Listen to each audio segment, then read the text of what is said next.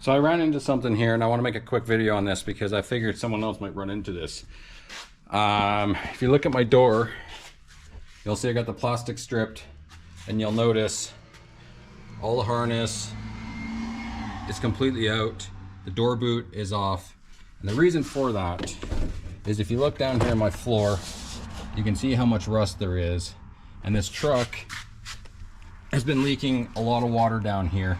And I haven't really ever been able to figure out. But what I found was, this is an amp power wire.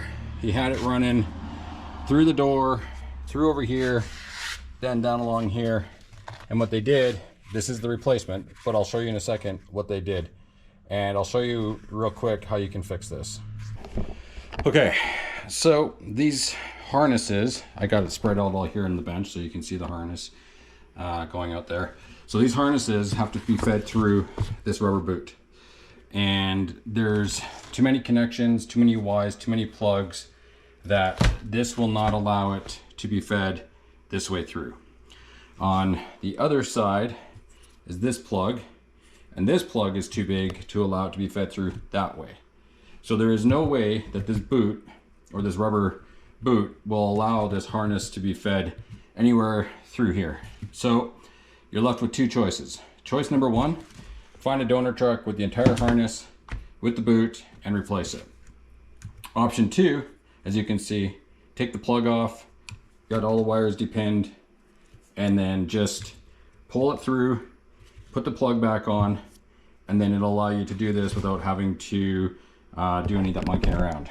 And you can see right here, that's that slice that they put into this boot. And I think what was happening was the water would come down the side of the truck, hit the wire, run down the wire, come through the boot, and then of course the wire runs down inside the truck, down along that floor, and then basically it's just like a funnel down there and then just pulls on the floor. So that's where they cut it. I wish they hadn't have done that, but I'm kind of glad because now I can deal with this. So now that that is depinned, I can just pull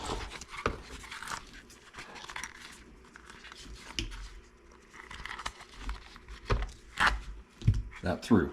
There is a wrong way, there is a right way. One of them here says, which side is it?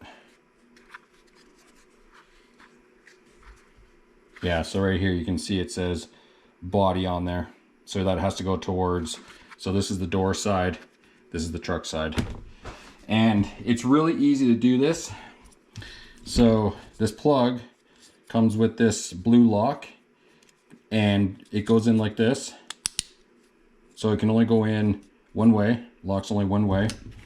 And it just comes out.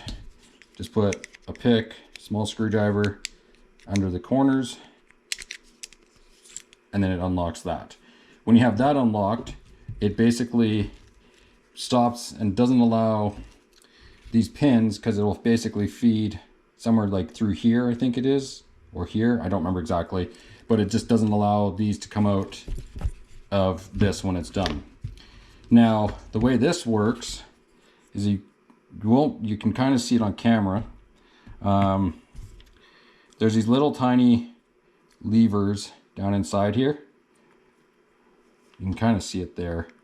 That lever basically falls and locks into this hole. So when you press, or when you insert this, if I put this in here now, it will slide in, and then that little pin, lever, or whatever you want to call it in there, locks against into that hole. So all you do is you just kind of gently, with a tool of your choice, you don't have to do very hard, you just kind of pry back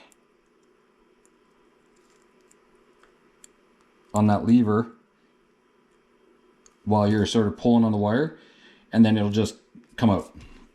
The other thing you want to make note of is obviously where the wires came out of this plug, so that when you do feed it back and you put it back in here, that you know the right spot for where it's going.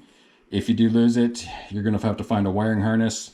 I took a bunch of pictures, so I can now take a replacement boot.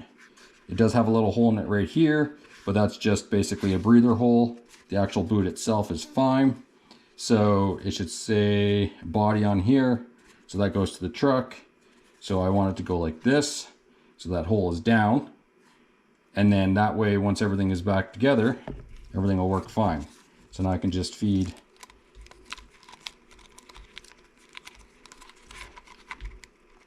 these gently back through here. This little gray single wire, I want to be really careful with it, I don't break it. So just kind of straightening them out there a bit as much as I can. Try and keep the boot as straight as possible. And then just kind of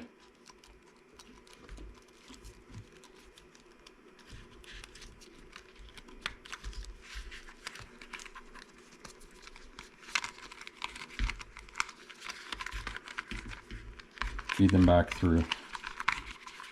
I'm kind of twisting the boot because it just kind of helps move the wires along. I can kind of feel them coming out the other side. So keep twisting.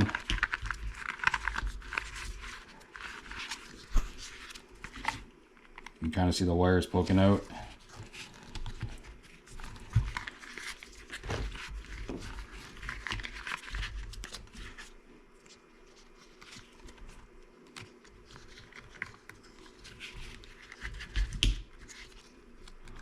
Couple still stuck down inside.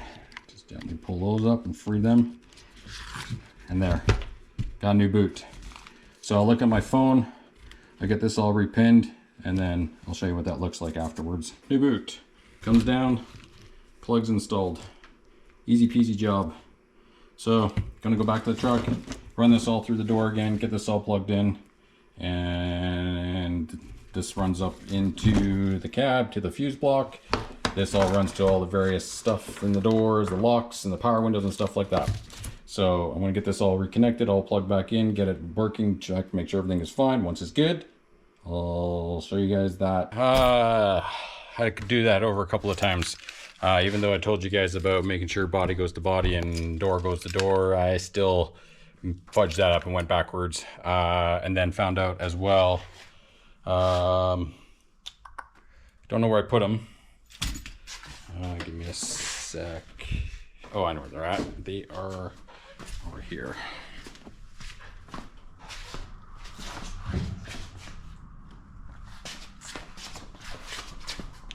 So this guy here, these are what the boot's attached to and clip into the actual body. You can get the one that goes into the panel through this. It's a little tricky, but if you're going to take the plug off, then just run the wires through, put the plug on, just make sure you do it the right way. So new boot's on down, new boot is on in there. You can kind of see it, no more wire, no more big hole.